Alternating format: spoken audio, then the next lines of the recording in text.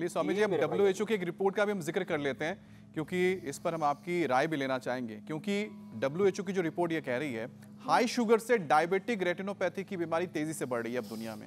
देश में 3 करोड़ से ज्यादा डायबिटिक रेटिनोपैथी के मरीज हैं। तो रेटिना में प्रॉपर ब्लड का फ्लो रहे, नजर धुंधली ना पड़े, इसके लिए क्या उपाय करें स्वामी जी? क्योंकि नजर कमजोर होने से तो बहुत सारी चीजें ही जिंदगी में दिखनी बंद हो जाती हैं।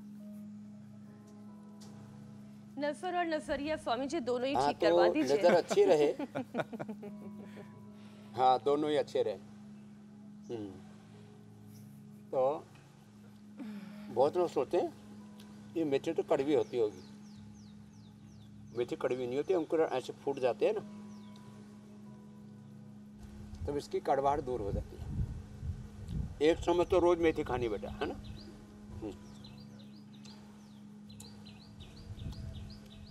आज के तो यही खा ले जिनको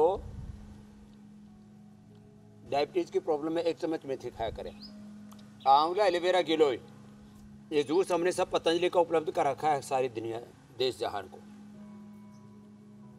फिर आई ग्रीट, ये आंखों के लिए। और शीर्षासन और सर्वांगासन पहले बता चुके। नंगे पैर घास पर चलना, त्राटक करना, तो ये रेटिनोपैथी के लिए आंवला, एलोवेरा, गिलोय का और आई ग्रीट का। न्यूरोपैथी के लिए अनुलोम विलोम के साथ साथ न्यूरोग्रिट, इम्यूनोग्रिट का प्रयोग। और ये किडनी के लिए नेफ्रोपैथी, उसके लिए रीनोग्रिट और नीम पीपल के पत्तों का रस और जौ का आटा, जौ का दलिया खाना चाहिए जिनको किडनी की प्रॉब्लम है। छोटी छोटी बातों पर ध्यान दें। और पूरी इम्यूनिटी के लिए इम्यूनोग्रिट तो बताया था मैंने, अश्वगंधा, शतावर, दूध में हल्दी, शिलाजीत, ये छोटे छोटे प्रयोग कितनी बार हम बताते रहते हैं। लोग जो सुनते तो रहते हैं, सोचते भी बाबा जी ठीक ही बता रहे हैं, लेकिन अपनाते नहीं, सुन करके अनसुना इग्नोर कर देते हैं। आज जो उपाय बताए उसको पूरा हिंदुस्तान ही नहीं पूरा जहान अपनाएगा और मधुमेह मुक्त हो जाएगा। ये बहुत बड़ी बात मैं कह रहा हूँ। हमारे ऋषियों की जो विरासत है, अपने पूर्वजों से जो हमने पाया है योग आयुर्वेद का ज्ञान, उसमें है पूरी दुनिया की सारी समस्याओं का समाधान। पूरी दुनिया मधुमेह मुक्त हो जाएगी। टाइप 1, टाइप 2, टाइप 3 डायबिटीज, और डायबिटीज के सारी कॉम्प्लिकेशंस बढ़ जाएंगी। पूरी दुनिया कितनी आज अच्छी लग रहा है होगी। स्वामी जी कि इतनी सारी बीमारियों का सकेंगे, अच्छे से जी सकेंगे जिंदगी को। भंडार जो है हम अपने कार्यक्रम में लेकर आ गए, लेकिन क्या करें, जरूरी है हर विषय आपसे पूछना और समझना कि योग और आयुर्वेद के जरिए कैसे लाभ उठाया जा सकता है, लाइफस्टाइल कैसे अच्छी की जा सकती है। इसी बीच में बड़ी खबर और दे दें हम जरा दर्शकों को स्वामी जी। पेरिस ओलंपिक में भारत की स्टार महिला पहलवान विनेश फोगाट की अर्जी पर आज सुनवाई होने जा रही है। विनेश ने अयोग्य करार दिए जाने के खिलाफ court of arbitration for sport में अपील दायर की थी। सुनवाई के लिए खेल मामलों की कोर्ट ने विनेश को अपने वकील भी नियुक्त करने का मौका दे दिया है। अब सुनवाई जो है वो भारत के समय के मुताबिक आज दोपहर 1:30 बजे होगी और विनेश को मेडल मिलेगा या नहीं ये तय हो जाएगा। सीएस ने वकील चुनने के लिए जो वक्त दिया है हम मानकर चल रहे हैं बहुत अच्छा वकील चुना जाएगा। अपनी बात बहुत पुरजोर तरीके से भारत की स्टार खिलाड़ी जरूर रखेंगी। अब हरीश साल्वे वकील रहेंगे। स्वामी जी, वकील भी बहुत नामी गिरामी हैं, बहुत मजबूत हैं, बहुत अनुभवी हैं जी।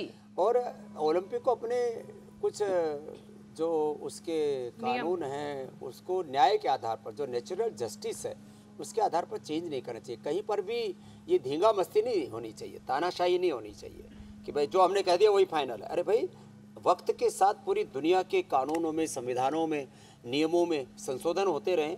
तो यदि कल तक वो विजेता थी और 100 ग्राम वजन बढ़ने से अगला मान लीजिए तुमने खेलने नहीं दिया, नहीं तो गोल्ड भी जीतती, तो सिल्वर की तो वो हकदार है। ये नेचुरल जस्टिस है, तो विनेश को ये मिलना ही चाहिए।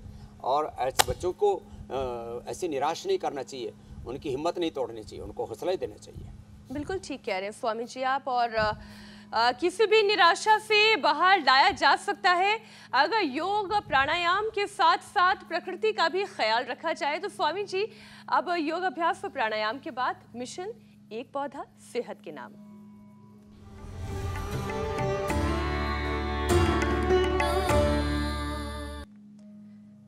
स्वामी जी, आज कौन सा पौधा और उसके चमत्कारी फायदे?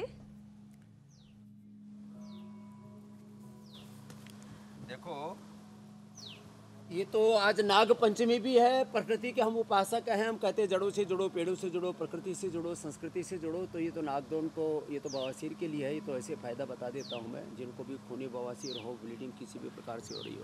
अब देखो, इस सर एक और बात बता रहे हैं, ये मेहंदी बालों में लगाने से बाल बहुत ही सिल्की हो जाते हैं। कंडीशनर लगाने की ज़रूरत नहीं पड़ेगी।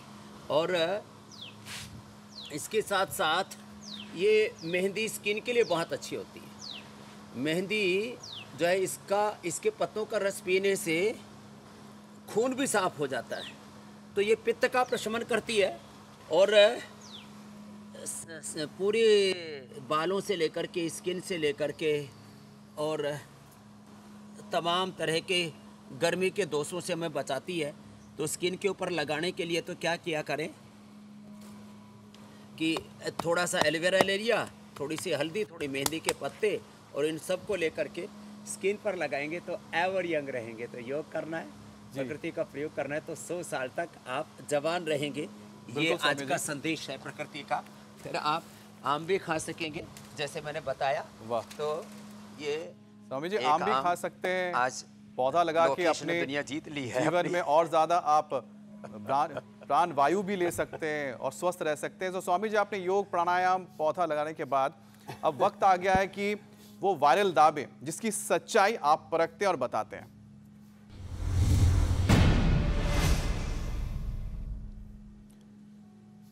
अब स्वामी जी, दावा किया जा रहा है कि पीठ के बल सोने से जोड़ों पर दबाव और झुर्रियां कम होती है। अब ये स्वामी जी बड़ा ही अद्भुत है। ये तो पीठ के बल सोने से, पीठ के बल ही सोते ज्यादातर, झुर्रियां कम हो जाएंगे। हाँ, सोते रहेंगे लोग तो उठेगा ही नहीं कोई। पीठ के बल मतलब ऐसे सोए। देखो, ऐसे सोने से ना सच में हमारी एनर्जी का बैलेंस अच्छा रहता है। तो ये दवा एकदम सही है। पीठ के बल सोने से मतलब योग निद्रा में सोने से, ऐसे सोएंगे ना, लोग टेढ़े मेढ़े होकर के सोते हैं। पीठ के बल ऐसे नहीं सोते, ऐसे सोएंगे, ऐसे सोएंगे। कुछ तो ऐसे ही रात भर ऐसे ही लुढ़कते रहते हैं। तो ऐसे नहीं सोना, ऐसे नहीं सोना, ऐसे सोना, शवासन। ऐसे सोएंगे तो सच में हमारे जॉइंट्स भी अच्छे रहेंगे और पूरा श्वास ले पाएंगे, ब्लड सर्कुलेशन भी अच्छा रहेगा, स्किन भी अच्छी रहेगी, झुर्रियां भी नहीं पड़ेंगी। तो ये दवा सही है। सा उपाय है स्वामी जी, आज आपने दे दिया शवासन में सोना कि स्किन का ग्लो बना रहे, झुर्रियां कभी आए ना, बस सीधा पीठ के बल सोना है, पेट के बल नहीं सोना है।